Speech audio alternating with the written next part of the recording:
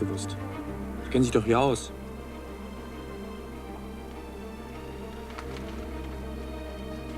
Da muss mein Fahrer ausgerechnet heute seine Großmutter beerdigen. Und überlässt mich einem Anfänger von Taxifahrern, der mich gleich in den nächstbesten Stau fährt.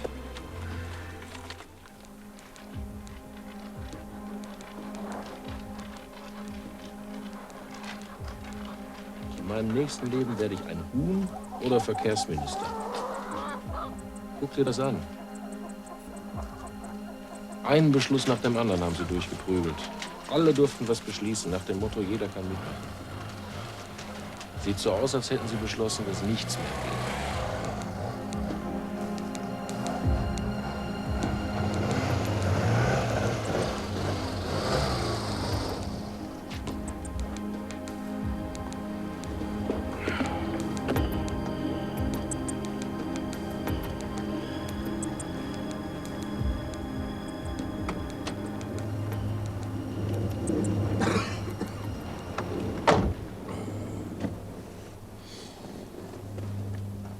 Ich kann nichts Festes zu mir nehmen.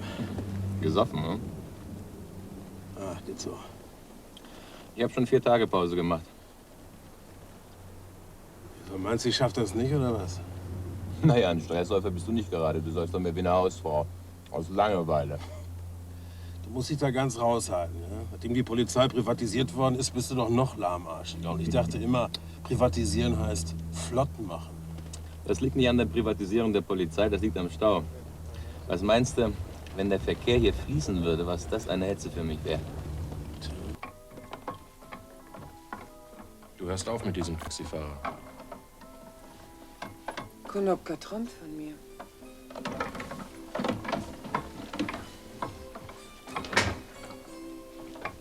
Ich träume auch von dir. Aber ich weiß, wovon ich träume, oder? Bei mir ist das nicht alles Fantasie. Und manchmal setze ich noch ein paar geile Sachen drauf. Ich liebe dich. Konopka auch. Entweder du sagst ihm heute, dass Schluss ist, oder ich schmeiß dich raus. Aber dann tu's doch endlich. Sag nicht immer, geh doch, bitte bleib. Geh doch, bitte bleib. Ich gehe. Bitte bleib.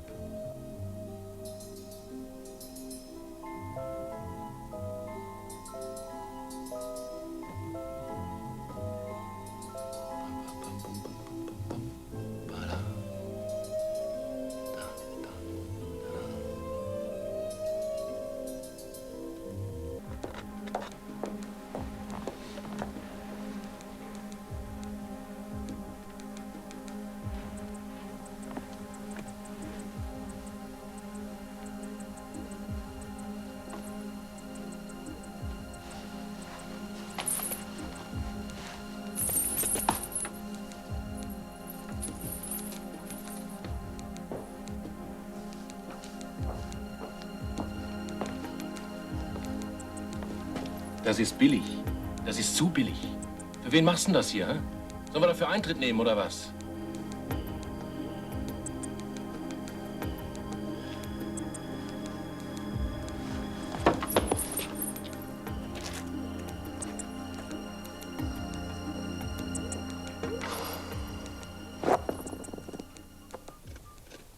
Was machst du denn da?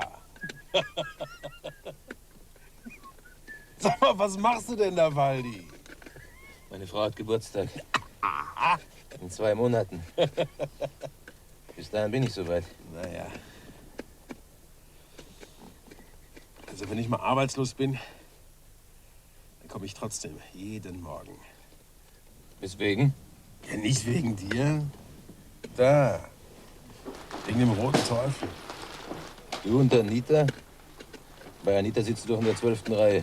Das ist doch genau richtig, Mensch. Guck sie dir mal an. Ich sehe überhaupt keine Baustelle. Hier gibt's ja auch keine. Sonst kämen sie ja nicht so flüssig durch. Das ist wohl ein Einheimischer-Witz, ja? Wir stehen. Nichts geht mehr. Stillstand, Stagnation, aus, Zero. Sie formulieren das wirklich sehr überzogen. Ich weiß nicht, ob Ihnen das auf Dauer gut tut. Gut. Darauf muss ich mich also einstellen, dass sich anscheinend außer mir am Ende des 20. Jahrhunderts niemand mehr über einen Stau aufregt. Da ist doch nicht zum Aushalten. Den Eiffelturm wollen wir hier bauen, den Eiffelturm. Etwas Atmosphäre, you understand? So, I show you.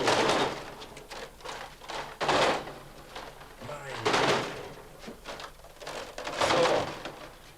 Wir fangen so an. Ein Leergut, noch ein Leergut, noch ein Leergut. Das soll so hoch, spitz, unten breit, oben spitz. You got it? So. Wenn man hier nichts selbst macht, passiert nichts.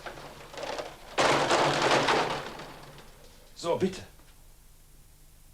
Ja, anfangen!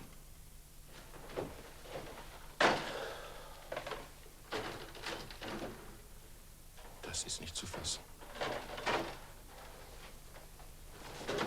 Hallo? Hier wartet die Arbeit. Was ist denn das für ein scheiß Ding hier? Das ist nicht zu glauben. Bitte.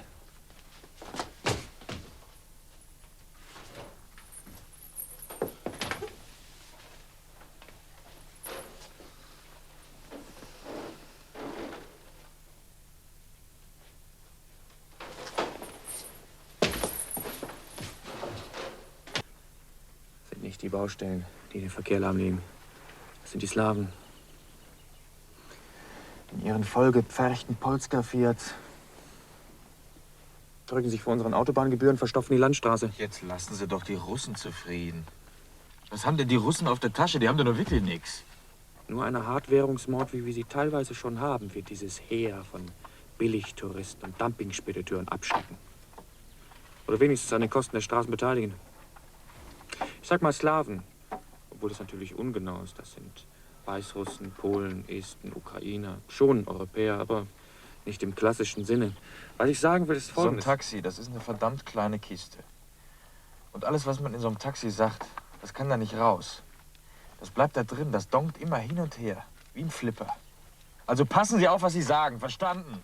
Ja, junge Mann, ich verstehe Sie ja, aber da haben Sie mich vollkommen falsch verstanden. Ich bin ja der Letzte, der nicht multikulturell denkt. Aber in Deutschland nach deutschen Regeln fahren. Das hat was. Ja, überlegen Sie mal, in Deutschland nach deutschen Regeln. Das muss man ja nicht laut rausbrüllen. Ich sage nur, was Not tut.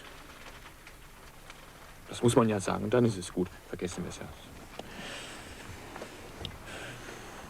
Vergessen wir es.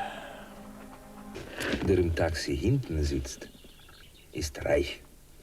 Der Taxifahrer ist, dem Taxi gehört, ist noch reicher.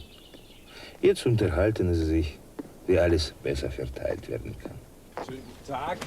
Und sind Sie mit dem Stau zufrieden? Irgendwelche Beschwerden? Ja, alles in Ordnung, очень хорошо. Wunderbar. Wenn ich Ihnen irgendwie helfen kann, sagen Sie einfach Bescheid. Nicht? Ja, danke. Sehr schöne Leute hier. Danke. Спасибо. Tschüss. Слушай, что-то мне не нравится этот полицейский. Чего он хотел? Слушай, вообще чего ходит здесь? Смотри, как все. Пойдем платить. Черт его знает. Полицейский Бесконечный свет. ходит. Опять еще один. Ходит и ходит. Du, Tankbeleg. Че? Квитанцию, бензин. Какой это? Ну что мы бензином заправились. Мы раз заправлялись? Мы в Германии заправлялись. Здравствуйте, Настя. Ну, у тебя? Сейчас посмотрю. Смотри, все. Die Slawen haben eine merkwürdige Sprache, weil In Polen nochmal bis zum Kragen voll tanken und dann Heidewitzka, Deutschland für lau. Brandenburger Tor, den Rhein. Ich weiß nicht, was soll es bedeuten. Heinrich Heine. Ich kann den Beleg nicht finden, aber ich habe in Deutschland ganz sicher getankt. Ich weiß, deutsches Benzin auf deutschen Straße. deutschen Benzin auf deutschen Straßen. Für das Entsorgen des Benzins bekomme ich von Ihnen 20 deutsche Mark. Ja.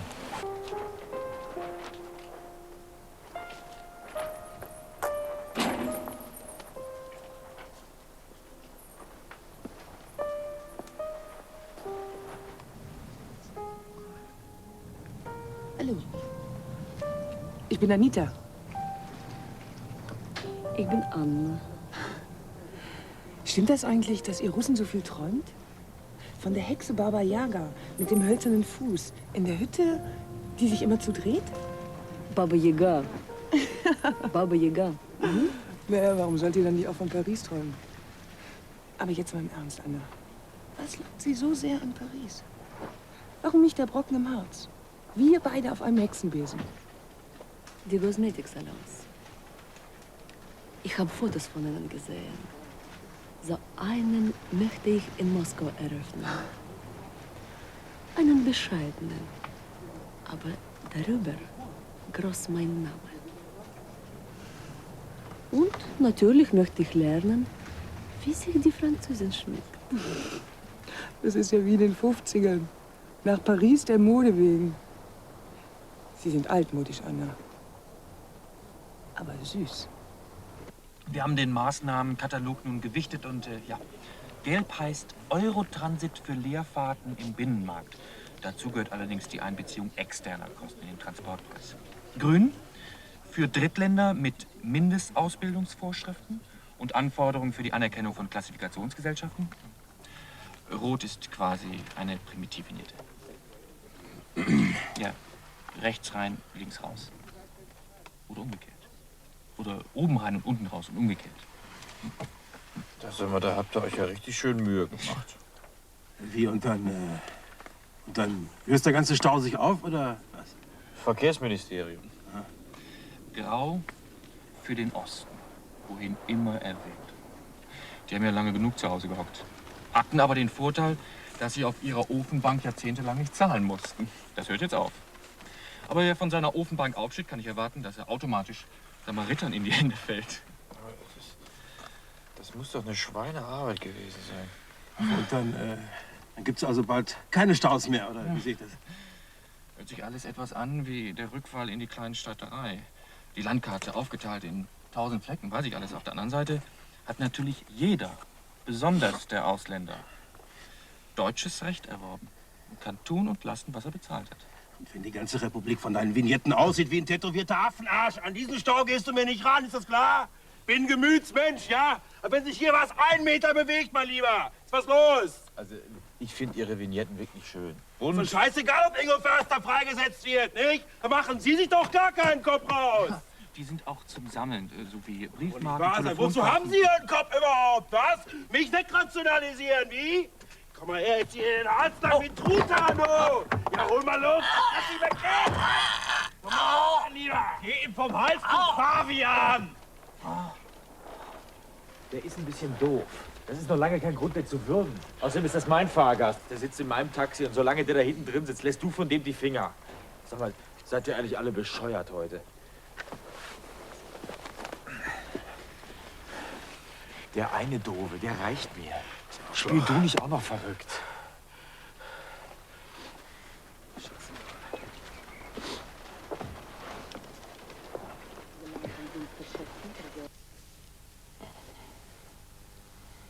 Bist du geil oder soll ich dich mit Wick einreiben? Der Konopka sitzt den ganzen Tag in seinem Taxi. Der hat Hämorrhoiden so groß wie Pestbeulen. Mein Vater war schon Stauberater! Und ich war schon mit 16 beim Stau in der Lehre und mein Sohn will auch Stauberater werden! Und was ist jetzt? Kein Beruf mit Zukunft mehr! Die Staugewerkschaft hat auch wieder versagt! Darf doch nicht wahr sein! Mein ganzes Leben umsonst! Sei nicht traurig, dass du allein bist.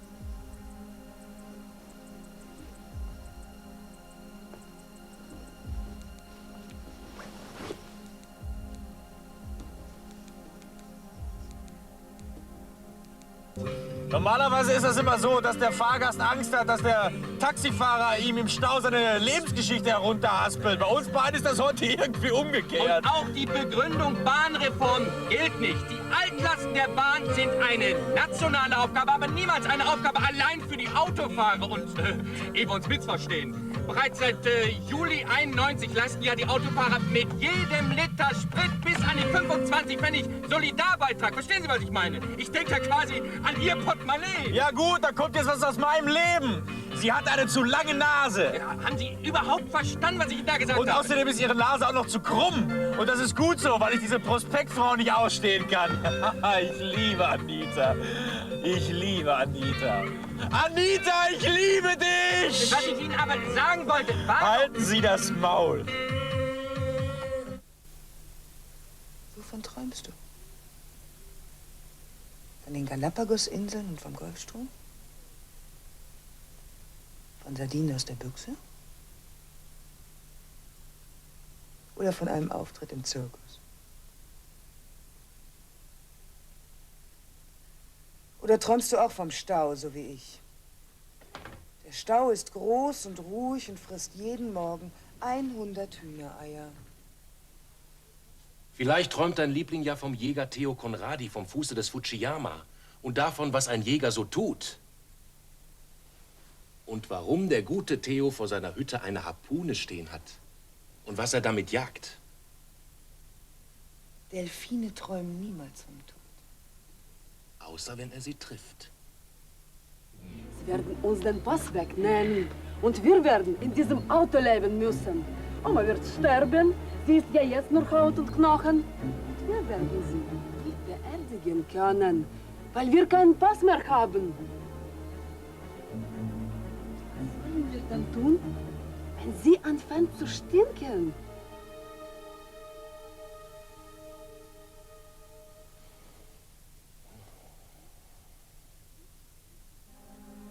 Das ist ein Plastiktier.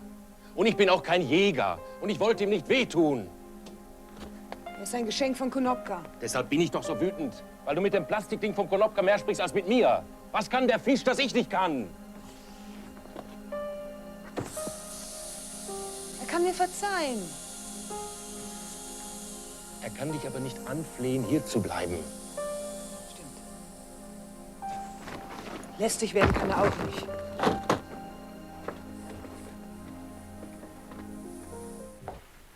Zuerst waren wir gar nicht so ruhig.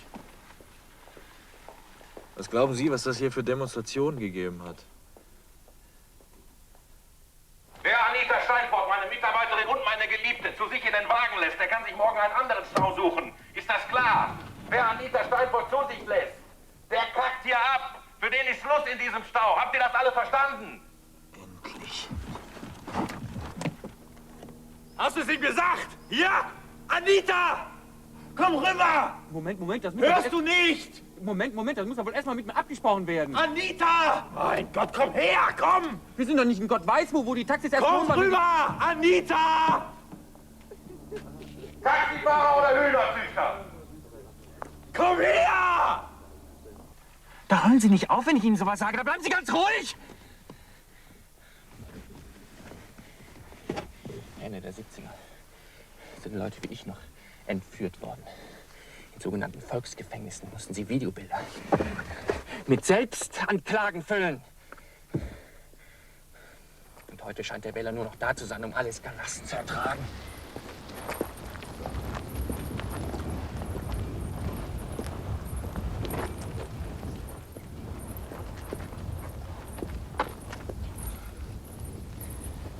Aber Sie können mich doch mitnehmen.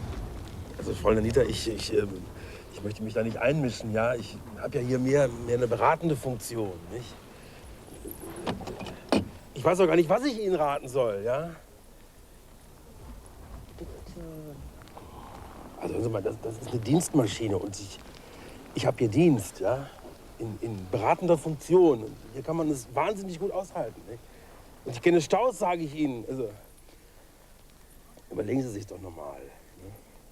Nehmen Sie mich nur mit oder nicht? Der Motorrad hatte nur einen Sitz. Das ist das Hauptproblem. Wenn er zwei Sitze hätte, gar kein Thema, nicht? Aber ich kann Sie ja schlecht auf auf den Tank setzen. Nicht? Oder? Feigling.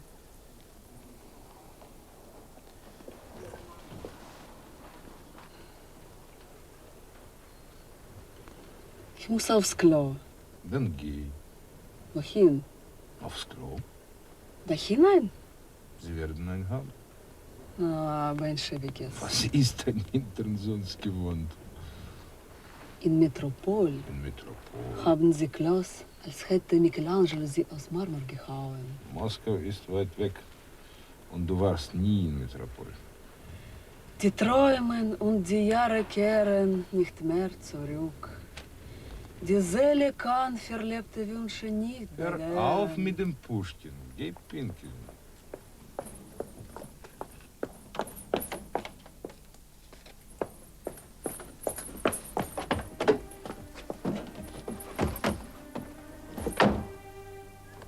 Theo? Theo, hier! Hier sitzt sie, die hat einfach die Tür aufgerissen und hat sie reingesetzt. Ich kann nichts dafür. Hier sitzt sie, ich schwör's dir, ich bin auch dagegen. Jan. Ich hab euch alle gewarnt. Und wenn erst die Gebühren sprudeln und die Autobahn Milliarden abwirft, dann lassen sich auch Aktionäre finden. Und Deutschlands Autobahnen müssen sich immer wieder von selbst verlängern. Ich kann Stillstand einfach nicht ertragen. Manchmal, wenn ich Zeit habe, vor dem Fernseher zu sitzen, eine dicke Frau errät den Preis einer Tube Tomatenmark, gewinnt deshalb eine Reise in die Karibik, hoppst hoch. Genau jetzt wird das Bild eingefroren. Die Frau hängt in der Luft.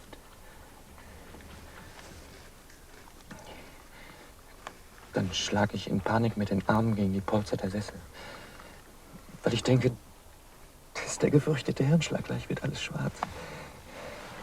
Das Autofahren, das ist viel gefährlicher als der Stau hier. Im Stau, da kann mir doch quasi gar nichts passieren. Sogar bei den Mönchen. Naja, ich meine, gut, dass ich von Konradis Eier eine Salmonellenvergiftung kriege vielleicht. Eine ständige Bewegung. Obwohl, die Gefahr ist nicht sehr groß. Waschen, beten, essen, beten, Im Grunde? Das ist es ja. Im Grunde retten Sie mir doch durch Ihre Autobahnverordnung quasi das Leben. Was sich jeden Tag immer wieder von Neuem berauscht. Ja, und auch die Russen, die von Paris träumen, aber aufgrund der hohen Autobahngebühren den Umweg über unsere Landstraße machen, die retten mir doch eigentlich das Leben. Stillstand ist gegen die Weltordnung. Was weiß denn, was mir schon auf deutschen Autobahnen alles passiert wäre? Was steht im Leben still? Nichts im Weltall, nichts! Außerdem, ich persönlich, ich fahre sowieso nicht gern. Deshalb sehe ich das auch nicht gern, dass der Theo immer dauernd die Träume ausnimmt. Aber mein Gott, man kennt sich schon so lange. Und wer erst mal stillsteht, der merkt ja, wie alles verfault. Hey, Doktor. Alles ist so unheilbar. Senil.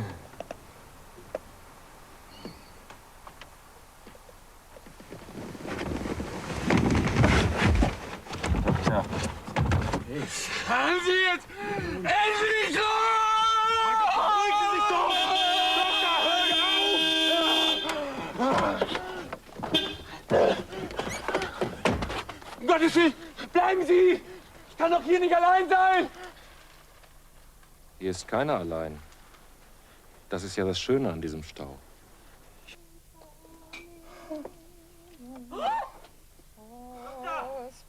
Doktor, ich hab einen Roller von meiner Schwester, die hat ihre Bäckerei hier. Jetzt geht's zum Flughafen, da hab ich gar nicht dran gedacht.